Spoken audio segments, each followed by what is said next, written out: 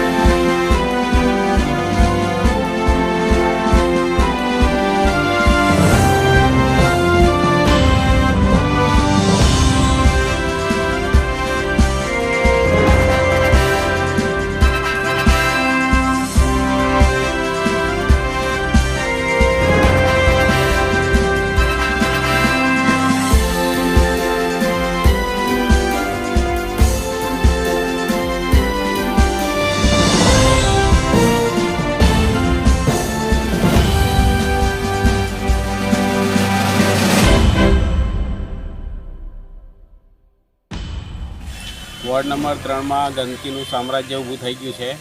નગરપાલિકા દ્વારા કોઈ જ કામગીરી કરવામાં આવતી નથી અને નગરપાલિકાના કોર્પોરેટરો જે છે વોર્ડ નંબર 3ના એ ખોટા વાયદા કરીને ભાગી જાય છે.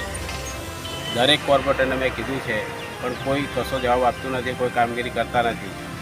આ ગંદકીને લીધે બાજુમાં કોલેજ આવેલી છે, એમાં દરરોજના હજારો વિદ્યાર્થી આવે છે, એ લોકોને પણ તકલીફ પડે છે. બધા રોડ પર ખાડા પડી ગયા છે, પાણી ભરાઈ રહે છે, મચ્છરોનો ત્રાસ થયો છે. આ બધી મુશ્કેલીઓ છે પણ નગરપાલિકા કોઈ કાર્યવાહી કરતી નથી. બીજી કઈ સિસ્ટમમાં આવું છે, આ બાજુ આપણે સત્યમ 4 રસ્તા જોઈએ તો આગળ જે હાઉસિંગ છે ત્યાંથી દરરોજ પાણી ભરેલું હોય છે. દીપમંગલ બાજુ બી પાણી હોય છે, અંબિકા સ્ટેશન રોડ પર બી પાણી હોય છે. અને બીજું કે આ નગરપાલિકાના શાસકોએ બધા રસ્તા ખોદી નાખ્યા છે. આ સ્ટેશનો જવાનો કોઈ રસ્તો જ નહીં.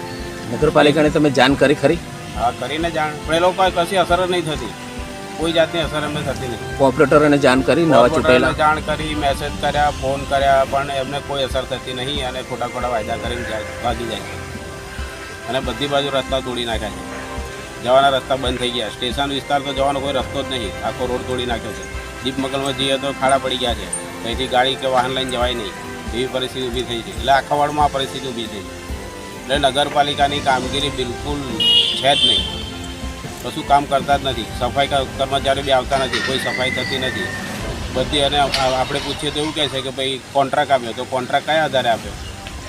કર્મચારીઓ નહીં નગરપાલિકાના, એની પાસે કામ કરાવવું જોઈએ પણ નહીં કરાવતા.